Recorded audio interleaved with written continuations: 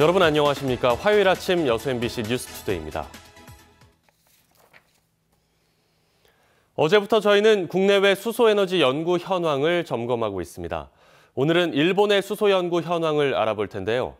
우리나라와 마찬가지로 에너지 빈국인 일본, 원자력 에너지의 위험성을 인식한 이후 수소에너지 연구에 매진하고 있습니다. 조희원, 최유진 기자가 현장 취재했습니다.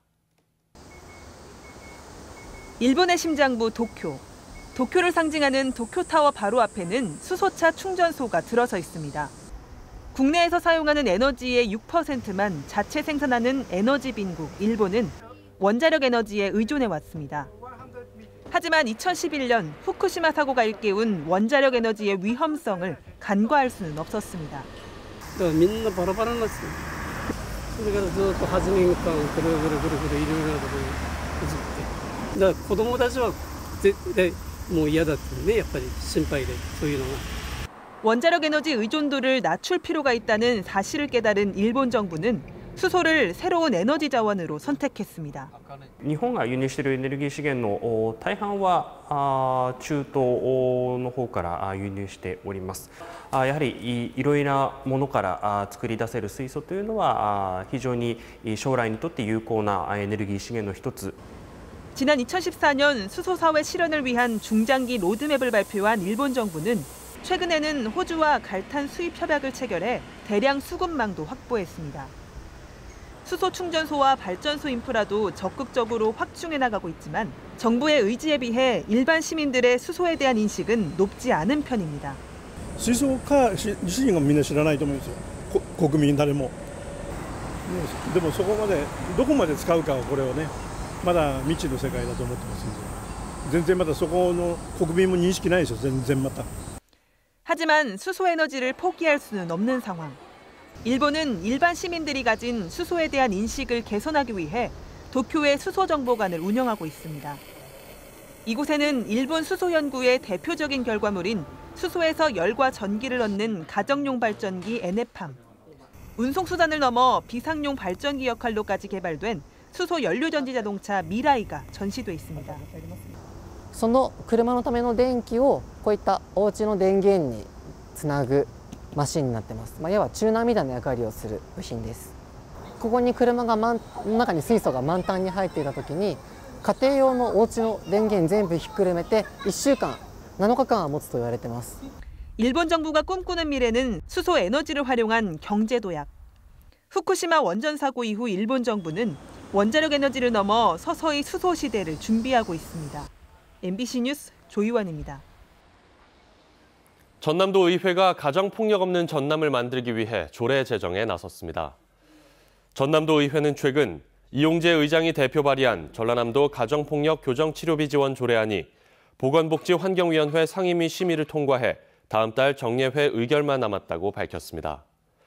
이번 조례안은 도내에 주민등록을 두고 실제 거주하고 있는 가정폭력 행위자에 대한 교정치료비 가운데 자기 부담금을 지원하는 내용을 담고 있습니다. 한편 도내에서 발생한 가정폭력 사건은 지난해 말 1,550여 건으로 전년과 비교해 11.5% 늘었으며 월 평균 130여 건이 발생하고 있습니다.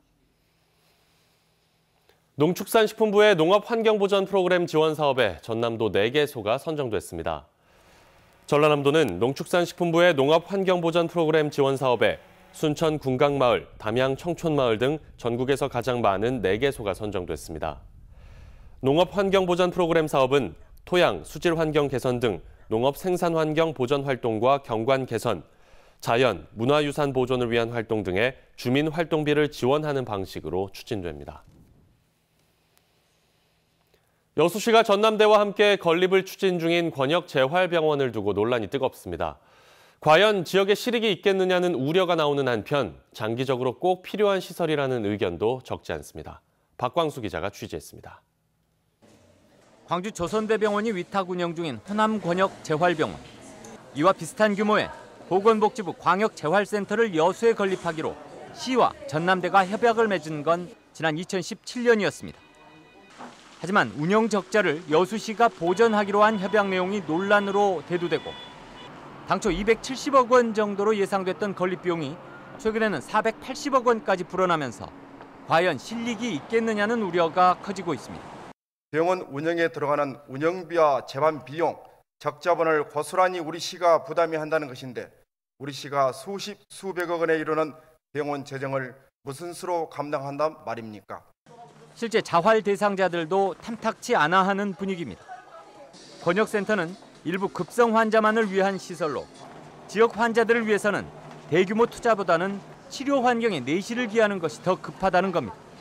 이 병원에 대한 관심이 없어서 지금 급한 건 저희들의 제어를 받는 거거든요. 실제 저희들은 실효성이 없다고 다들 주장하는 바고 있고 저도 그렇게 생각하는 바입니다. 하지만 여수시는 지역에 꼭 필요하다는 입장. 최근 복권기금과 도비 등을 재원으로 추가 확보하는 등 건립사업에 전력을 기울이고 있습니다. 여수 출신 국회 보건복지위원회 소속 최도자 의원도 건립에 적극적입니다.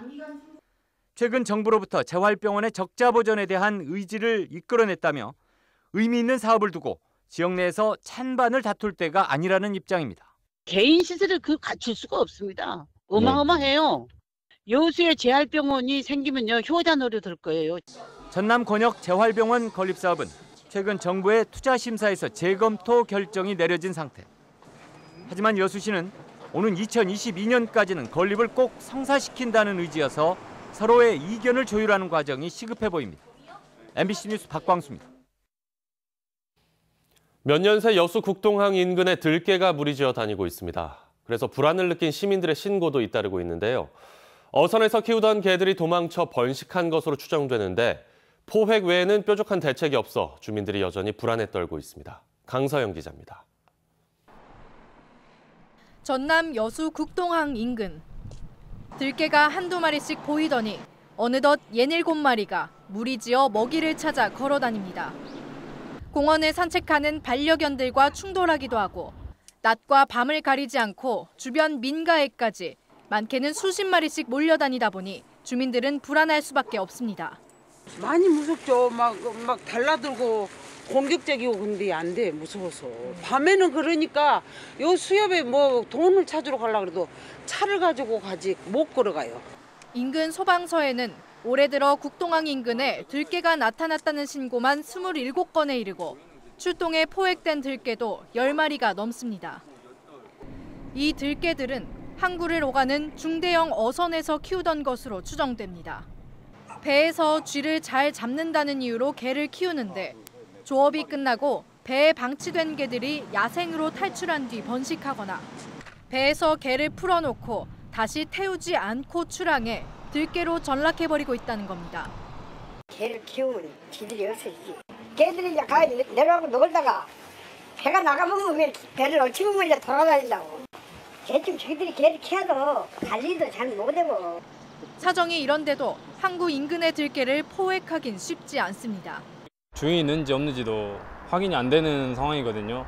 저희가 마음대로 개를 포획한 경우 같은 경우는 이제 또 차후 문제가 발생할 수도 있으니까. 특히 들개의 경우 법적으로 유해 야생동물도 가축도 아니라 소관이 불분명하다 보니 지자체는 상황 파악조차 못하고 있습니다. 전 사실 이런 사실 처음 알았고 그 사람들이 개를 버린다는 확실한 이제 증거가 이렇게 생기면 저희들도 계도를 당연히 하겠죠. 항구 인근에 들개 무리가 출몰하면서 주민들이 불안에 떨고 있는 가운데 주민의 안전을 지키면서 들개 문제를 해결할 수 있는 대책 마련이 필요해 보입니다. MBC 뉴스 강서영입니다. 어제로 예정됐던 여순 사건 재심 재판이 2주 뒤로 연기됐습니다. 광주지법 순천지원에 따르면 당초 어제 오후 2시에 열릴 예정이던 여순 사건 재심 5차 공판이 검찰 측의 요청으로 다음 달 9일 오후 2시로 연기됐습니다. 오는 5차 공판에는 검찰 측 증인으로 지역 역사학자와 국가기록원 연구사가 출석할 예정인 가운데 청구인 측 증인으로는 고 장환봉 씨의 동료 기관사 1명과 또 다른 동료 기관사 아들, 여순 사건 체록가 등 3명이 출석할 예정입니다. 광양시가 추진 중인 어린이 테마파크 조성 사업의 청사진이 공개됐습니다. 어제 광양시청에서 열린 가족형 어린이 테마파크 기본 용역 최종 보고회에서 용역사는 어린이 실내외 놀이터와 캠핑장이 들어설 경우 연간 42만 6천여 명이 테마파크를 찾고 연매출도 45억 원에 달할 것으로 분석했습니다. 광양시는 1단계 사업은 국비와 시비로 충당하고 940억 원 규모의 2단계 사업은 민간 자본으로 무동력 레일 루지와 철의 놀이터, 과학관 등을 유치할 계획이라고 밝혔습니다. 광주시와 전라남도가 경제자유구역 지정을 놓고 엇박자를 내고 있습니다. 광주시는 양지역에 걸쳐 있는 산업단지를 신청 대상에 모두 포함시키려고 했지만 전라남도의 반대로 신청 규모가 반쪽으로 줄었습니다. 이계상 기자의 보도입니다. 지난 2009년 광주 전남 공동 국가 산단으로 지정된 이후 10여 년 만에 준공을 눈앞에 둔 빅그린 산업단지. 광주형 일자리 자동차 공장 착공과 함께 미래형 자동차 산업지구로 정부에 경제자유구역 지정을 신청했습니다. 광주시는 빅그린 산단 전체를 경제자유구역으로 지정받으려고 했지만 전라남도의 반대로 한평 권역은 제외됐습니다. 사실 이러는 과정에 있어서 상당히 우리가 설득도 오고 못 오고 했는데 전라남도가 강력히 반대한 통에 어쩔 수 없이 AI 융복합 산업단지인 첨단 3지구 역시 경제자유구역 지정 대상에서 장성 권역은 막판에 빠지고 말았습니다. 전라남도는 광양만권 경제자유구역청을 운영한 결과 세금 감면 등 혜택이 크지 않고 부담만 크다며 경제자유구역에 부정적인 입장을 나타냈습니다.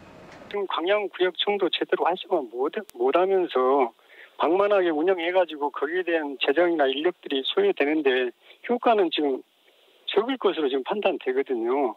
이에 따라 미래형 자동차 산업과 AI 융복합 산업 육성을 위해서 정부 차원의 지원이나 대규모 투자 유치가 현실화되더라도 장성이나 한평 권역은 후순위로 밀릴 가능성이 커졌습니다. 그럴 경우 광주 전남의 상생 발전을 위한 국가 산단 조성 취지도 퇴색될 수밖에 없습니다. 상생 발전 협의회 회의도 하고 하지만 실제로 상생을 위한 그런 내용들을 못 만들고 있는 것 같아서 굉장히 안타깝습니다.